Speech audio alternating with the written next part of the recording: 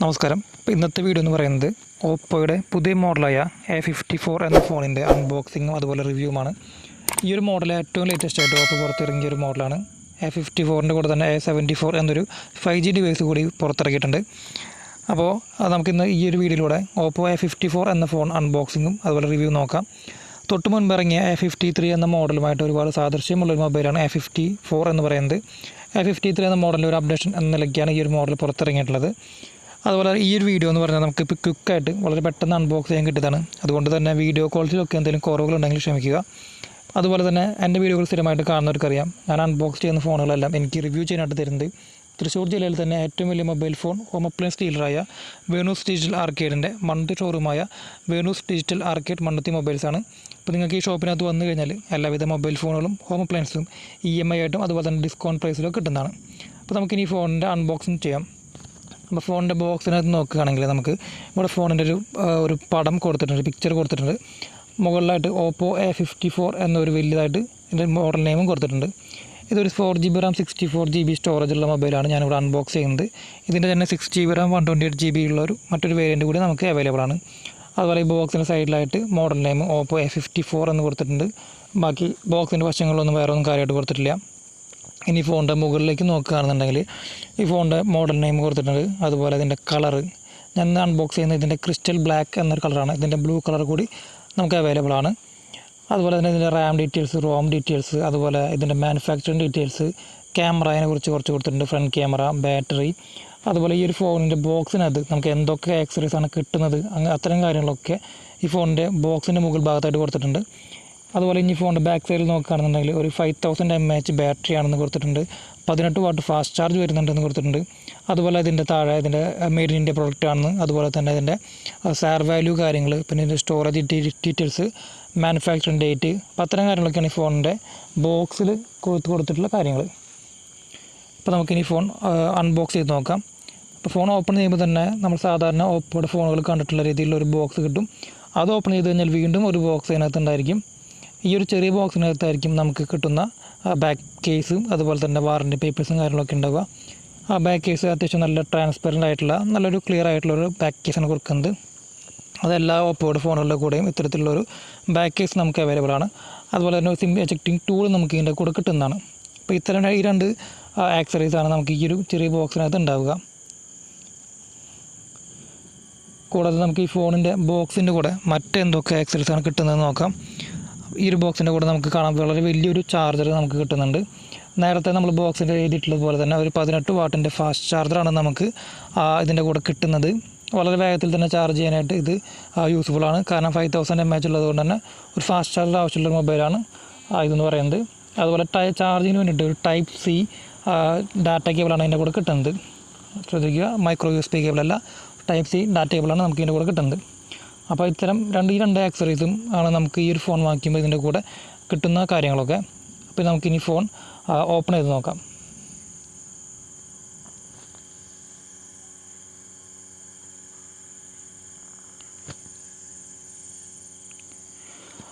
അപ്പോൾ എൻ്റെ കയ്യിലിരിക്കുന്നതാണ് ഓപ്പോയുടെ A54 എന്ന മോഡൽ എന്ന് പറയുന്നത്. വളരെ വലിയൊരു മൊബൈലാണ്. ഒരു 6.5 ഇഞ്ചിൻ്റെ ഒരു വളരെ വലിയൊരു ഡിസ്പ്ലേ ഉള്ള ഒരു മൊബൈലാണ് ഇതെന്ന് പറയുന്നത്. അതുപോലെ തന്നെ അതിൻ്റെ ബാക്ക് സൈഡ് നോക്കുകയാണെന്നുണ്ടെങ്കിൽ ഒരു ഗ്ലോസി ഫിനിഷ്ഡാണ് കൊടുത്തിട്ടുള്ളത്. നമ്മൾ തൊട്ട് മുൻപ് ഇറങ്ങിയ F19 Pro സീരീസിലൊക്കെ കണ്ട രീതിയിലുള്ള ഒരു മാറ്റ് ഫിനിഷ് ഒന്നും കൊടുക്കാതെ നല്ലൊരു ഗ്ലോസി ഫിനിഷാണ് ഇതിനകത്ത് വന്നിട്ടുള്ളത്. നല്ലൊരു കളർഫുള്ളാണ്. ഒരൊറ്റ നോട്ടത്തിൽ ഇതിൻ്റെ ഓപ്പോയുടെ തന്നെ F19 എന്ന ഫോണുമായിട്ട് ഒരുപാട് സാദൃശ്യമുള്ളൊരു ഡിസൈനാണ് ഇതിനകത്ത് കൊടുത്തിട്ടുള്ളത്. നല്ലൊരു തിളക്കമുള്ള ഡിസൈനാണ് ഇത് വന്നിട്ടുള്ളത്.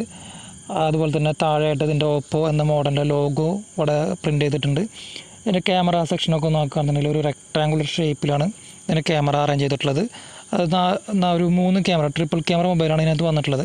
ഈ ഒരു 3 ക്യാമറകളും വളരെ വിസിബിളായിട്ട് നമുക്ക് കാണുന്ന രീതിയിലുള്ളൊരു ക്യാമറ ഡിപ്പാർട്ട്മെൻറ്റാണ് ഇവിടെ കൊടുത്തിട്ടുള്ളത്. തൊട്ട് താഴെയായിട്ട് ഒരു LED ഫ്ലാഷ് ലൈറ്റും കൊടുത്തിട്ടുണ്ട്. അതായത് തൊട്ട് മുൻപ് ഇറങ്ങിയ ഓപ്പോയുടെ F19 എന്ന മോഡലുമായിട്ട് ഡിസൈൻ വൈസ് ഒരുപാട് സാദൃശ്യമുള്ളൊരു മൊബൈലാണ് ഈ ഒരു ഓപ്പോ A53 എന്ന് പറയുന്നത്. ഇതിൻ്റെ ഫിംഗർ പ്രിൻറ്റ് സെൻസർ വരുന്നത് സൈഡിലാണ്. ഓൺ ഓഫ് സ്വിച്ചും ഈ ഒരു ഫിംഗർ പ്രിൻറ്റ് സെൻസറിൻ്റെ കൂടെ തന്നെയാണ് വരുന്നത്. അതുപോലെ തന്നെ ഇതിൻ്റെ ലെഫ്റ്റ് സൈഡിലായിട്ട് വോളിയം അപ്പ് ആൻഡ് ഡൗൺ കീകളും കൊടുത്തിട്ടുണ്ട്. അപ്പോൾ ഇത്തരം കാര്യങ്ങളൊക്കെയാണ് ഈ ഫോണിൻ്റെ ഡിസൈൻ വൈസ് പറയാനുള്ളത്. താഴെ നോക്കുകയാണെങ്കിൽ ഒരു ചാർജിങ്ങിന് വേണ്ടി Type-C ഒരു ചാർജിങ് പോർട്ട് കൊടുക്കുന്നുണ്ട്. അതുപോലെ റൈറ്റ് സൈഡിലായിട്ട് ഒരു സ്പീക്കർ ഗ്രില്ലുകൾ കൊടുക്കുന്നുണ്ട്. മൈക്രോഫോണിൻ്റെ ഒരു ഹോൾ കൊടുക്കുന്നുണ്ട്, 3.5 mm ഓഡിയോ ജാക്ക് കൊടുക്കുന്നുണ്ട്. അപ്പോൾ ഇത്തരം കാര്യങ്ങളൊക്കെയാണ് ഈ ഫോണിൻ്റെ ഡിസൈൻ വൈസ് നമുക്ക് പറയാനുള്ളത്. അതായത് Oppo A53 എന്ന മോഡലുമായിട്ട് സാദൃശ്യമുണ്ട്, എന്നാൽ F19 എന്നൊരു ഫോണിൻ്റെ സാദൃശ്യമുണ്ട്. ഈ രണ്ട് ഫോണിൻ്റെ ഒരു മിക്സ്ചറാണ് A54 എന്ന് വേണമെങ്കിൽ പറയാം. അപ്പോൾ നമുക്ക് ഈ ഫോൺ എന്തെങ്കിലും ഓണാക്കി നോക്കാം. ഈ ഫോൺ ഓണാവുന്ന നേരം കൊണ്ട് നിങ്ങൾ എൻ്റെ ചാനൽ സബ്സ്ക്രൈബ് ചെയ്തിട്ടില്ല എന്നുണ്ടെങ്കിൽ ചാനൽ സബ്സ്ക്രൈബ് ചെയ്യുക. അതുപോലെ തന്നെ നിങ്ങളുടെ ഫ്രണ്ട്സിനൊക്കെ ഒന്ന് അയച്ചു കൊടുക്കുക. ഞാൻ എൻ്റെ ചാനലിനകത്ത് ഒരുപാട് മൊബൈൽ ഫോണുകളുടെ അൺബോക്സിങ് റിവ്യൂകളൊക്കെ പോസ്റ്റ് ചെയ്തിട്ടുണ്ട്. അപ്പോൾ നിങ്ങൾ ഫ്രീ ആണെങ്കിൽ അതൊക്കെ കാണാൻ ശ്രമിക്കുക. അതുപോലെ സർവീസ് വീഡിയോകൾ ഞാൻ പോസ്റ്റ് ചെയ്തിട്ടുണ്ട്. അപ്പോൾ നിങ്ങൾക്ക് റിപ്പയറിംഗ് വീഡിയോകളൊക്കെ കാണാൻ താല്പര്യം ഉണ്ടെന്നുണ്ടെങ്കിൽ അത്തരം വീഡിയോകൾ കൂടി കാണാൻ ശ്രമിക്കുക. അതുപോലെ പുതിയ മൊബൈൽ ഫോണൊക്കെ വാങ്ങിക്കാൻ ആഗ്രഹിക്കുന്നവർക്ക് താഴെ കാണുന്ന ലിങ്കിൽ ക്ലിക്ക് ചെയ്തിട്ട് ഡയറക്റ്റായിട്ട് എനിക്ക് മെസ്സേജ് അയച്ചുകൊണ്ട് നിങ്ങൾക്ക് ഫോണുകൾ പർച്ചേസ് ചെയ്യാവുന്നതാണ്. സ്പെഷ്യൽ ഡിസ്കൗണ്ടും സ്പെഷ്യൽ ഓഫറുകളൊക്കെ നിങ്ങൾക്ക് കിട്ടുന്നതാണ്. അപ്പോൾ Oppo A53 എന്ന മോഡൽ ഓണായി കഴിഞ്ഞപ്പോൾ നമുക്ക് കാണുന്ന ഹോം സ്ക്രീനാണ് ഇവിടെ കാണുന്നത്. അത്യാവശ്യം വളരെ ബ്രൈറ്റ്നെസ് ആയിട്ടുള്ള ഒരു ഡിസ്പ്ലേ ആണ് വന്നിട്ടുള്ളത്. ഒരു 6.5 ഇഞ്ചിൻ്റെ HD+ ഡിസ്പ്ലേ ആണ് ഇതിനകത്ത് കൊടുത്തിട്ടുള്ളത്. നല്ല ഒരു ഡിസ്പ്ലേ ആണ്. തൊട്ട് മുൻപ് ഇറങ്ങിയ A53 എന്ന മോഡലുമായിട്ട് നേരത്തെ പറഞ്ഞല്ലോ അതുപോലെ തന്നെ ഒരു ഡിസ്പ്ലേ ആണ് കൊടുത്തിട്ടുള്ളത്. ഇതിൻ്റെ ഫ്രണ്ട് ക്യാമറ 16 മെഗാപിക്സലാണ് വരുന്നത്. അതൊരു ഇൻ ഡിസ്പ്ലേ ഫിംഗർ ക്യാമറയാണ് കൊടുത്തിട്ടുള്ളത്. ഒരു പഞ്ച് ഹോളായിട്ട് ഡിസ്പ്ലേയുടെ ലെഫ്റ്റ് സൈഡിൽ മുകളിലായിട്ട് കൊടുത്തിട്ടുണ്ട്. അതുപോലെ തന്നെ ഡിസ്പ്ലേ നോക്കുകയാണെന്നുണ്ടെങ്കിൽ വളരെ വെസലെസ്സായിട്ട് ഒരു ഫുൾ വ്യൂ ഡിസ്പ്ലേ തോന്നിക്കുന്ന രീതിയിലുള്ള ഒരു ഡിസ്പ്ലേ ആണ് ഇവിടെ അറേഞ്ച് ചെയ്തിട്ടുള്ളത്. ഇതൊരു LCD ഡിസ്പ്ലേ ആണ്. നല്ലൊരു ബ്രൈറ്റ്നെസ് ഉണ്ട്, വളരെ കളർഫുള്ളാണ്. അത്യാവശ്യം വെയിലത്തായാലും നമുക്ക് വിസിബിലിറ്റി തോന്നിക്കുന്ന ഡിസ്പ്ലേ ആണ് വന്നിട്ടുള്ളത്. ഇതിനകത്ത് ആപ്ലിക്കേഷൻസ് നോക്കുകയാണെന്നുണ്ടെങ്കിൽ നമുക്ക് അനാവശ്യമായിട്ടുള്ള ഒരുപാട് ആപ്ലിക്കേഷനുകളൊന്നും കൊടുത്തിട്ടില്ല. എന്നാൽ സ്നാപ്ചാറ്റ് പോലുള്ള ആപ്ലിക്കേഷനുകളൊക്കെ ഇൻബിൽഡായിട്ട് കൊടുത്തിട്ടുണ്ട്. നമുക്ക് ആവശ്യമില്ല എന്നുണ്ടെങ്കിൽ നമുക്കിത് അൺഇൻസ്റ്റാൾ ചെയ്ത് കളയാനുള്ള ഓപ്ഷൻ കൂടി വരുന്നുണ്ട്. അപ്പോൾ അതുകൊണ്ട് തന്നെ സ്റ്റോറേജിലും മറ്റു കാര്യമായിട്ടുള്ള പ്രശ്നങ്ങളൊന്നും ഉണ്ടാവില്ല. ഇതിൻ്റെ ടച്ച് റെസ്പോൺസ് റേറ്റ് ഒക്കെ വളരെ 120 Hz ആണ് വരുന്നത്. സ്ക്രീൻ റിഫ്രഷ് റേറ്റ് 60 Hz ആണ് വരുന്നത്. അതുകൊണ്ട് തന്നെ വളരെ മോശമല്ലാത്ത രീതിയിലുള്ളൊരു ഗെയിമിംഗ് എക്സ്പീരിയൻസും കൂടി നമുക്കിതിനകത്ത് കിട്ടുന്നതാണ്. ഇനി ഫോണിൻ്റെ സെറ്റിങ്സിനകത്ത് എടുത്ത് നോക്കുകയാണെന്നുണ്ടെങ്കിൽ നമുക്ക് ഈ ഫോണിൻ്റെ സോഫ്റ്റ്വെയർ ഇൻഫർമേഷൻ അതുപോലെ ബാക്കി ഡീറ്റെയിൽസ് നോക്കുകയാണെന്നുണ്ടെങ്കിൽ അബൌട്ട് ഫോണിനകത്ത് ഇതിൻ്റെ ഫോണിൻ്റെ മോഡൽ നെയിം കൊടുത്തിട്ടുണ്ട്. അതുപോലെ ഇതിൻ്റെ ആൻഡ്രോയിഡ് വേർഷൻ, ഇതൊരു ആൻഡ്രോയിഡ് 10 പ്രവർത്തിക്കുന്ന മൊബൈലാണ്. ഇതൊരു ആൻഡ്രോയിഡ് 11 തീർച്ചയായിട്ടും ഒരു അപ്ഡേഷൻ നമുക്ക് പ്രതീക്ഷിക്കാം. അതുപോലെ ഈ ഫോണിൻ്റെ റാം ഡീറ്റെയിൽസ്, സ്റ്റോറേജ് ഡീറ്റെയിൽസ്, അതുപോലെ ഇതിൻ്റെ പ്രൊസസ്സറിൻ്റെ കാര്യങ്ങളൊക്കെയാണ് ഇതിൻ്റെ സെറ്റിങ്സിനകത്ത് കൊടുത്തിട്ടുള്ളത്. അത്യാവശ്യം കുഴപ്പമില്ലാത്തൊരു മൊബൈലാണ്. ഇതിൻ്റെ പ്രൊസസ്സർ എന്ന് പറയുകയാണെങ്കിൽ നമുക്ക് മീഡിയടെക്കിൻ്റെ ഹീലിയോ P35 എന്നൊരു പ്രോസസ്സറാണ് കൊടുത്തിട്ടുള്ളത്. തൊട്ട് മുൻപ് ഇറങ്ങിയ A53 ഒരു സ്നാപ്ഡ്രാഗൺ പ്രോസസ്സറായിരുന്നു. ഇതൊരു മീഡിയടെക്കിൻ്റെ നല്ലൊരു പ്രോസസ്സറായ ഹീലിയോ P35 എന്ന പ്രോസസ്സറാണ് വന്നിട്ടുള്ളത്. അപ്പോൾ ഇനി ഇതൊക്കെയാണ് ഈ ഫോണിനെ കുറിച്ച് പറയാനുള്ളത്. ഇനി ഇതിൻ്റെ ക്യാമറയെ കുറിച്ച് പറയുകയാണെങ്കിൽ ഒരു 13 മെഗാപിക്സലാണ് ഇതിൻ്റെ മെയിൻ റിയർ ക്യാമറ എന്ന് പറയുന്നത്. അതിൻ്റെ കൂടെ 2 മെഗാപിക്സലിൻ്റെ രണ്ട് ക്യാമറകളോട് കൊടുക്കുന്നുണ്ട്. ക്യാമറയെ കുറിച്ച് ഡീറ്റെയിൽ ആയിട്ട് ഞാനിപ്പോൾ പറയുന്നില്ല. ഡീറ്റെയിൽ ആയിട്ടുള്ളൊരു റിവ്യൂ വേണമെന്നുണ്ടെങ്കിൽ കമൻറ്റ് ചെയ്ത് കഴിഞ്ഞാൽ ക്യാമറ സെക്ഷനെ കുറിച്ച് മാത്രമായിട്ടുള്ളൊരു വീഡിയോ ചെയ്യുന്നതായിരിക്കും. ക്യാമറ നോക്കുകയാണെങ്കിൽ ഇപ്പോൾ ഞാൻ ജസ്റ്റ് ക്യാപ്ചർ ചെയ്തൊരു ഫോട്ടോ ആണ് കാണുന്നത്. അത്യാവശ്യം സൂം ചെയ്താലും ക്ലാരിറ്റി പോകാത്ത രീതിയിലുള്ള അത്യാവശ്യം നല്ലൊരു റെസൊല്യൂഷനോട് കൂടിയ ഒരു ഫോട്ടോ നമുക്ക് കിട്ടുന്നുണ്ട്. വളരെ കളർഫുള്ളായിട്ടുള്ള ഫോട്ടോ ആണ് നമുക്ക് കിട്ടുന്നത്. അതുപോലെ തന്നെ ഇതിൻ്റെ ക്യാമറയ്ക്കകത്ത് നമുക്ക് നൈറ്റ് മോഡ് വരുന്നുണ്ട്, വീഡിയോ മോഡ് വരുന്നുണ്ട്, ഫോട്ടോ മോഡ് വരുന്നുണ്ട്, പോർട്രേറ്റ് മോഡ് വരുന്നുണ്ട്. പിന്നെ ഇതിൽ തന്നെ മോർ സെറ്റിങ്സിനകത്ത് പോയി കഴിഞ്ഞാൽ നമുക്ക് panorama mode, macro mode, AR stickers, slow motion, time lapse, expert mode, അതായത് പ്രൊഫഷണൽ മോഡ്. അപ്പോൾ ഇത്തരം കാര്യങ്ങളൊക്കെ നമുക്ക് എക്സ്ട്രാ വരുന്നുണ്ട്. അപ്പോൾ ക്യാമറയെ കുറിച്ചുള്ളൊരു ഡീറ്റെയിൽ ആയിട്ടുള്ള വീഡിയോ ഞാൻ വേറെ പിന്നീട് പോസ്റ്റ് ചെയ്യുന്നതാണ്.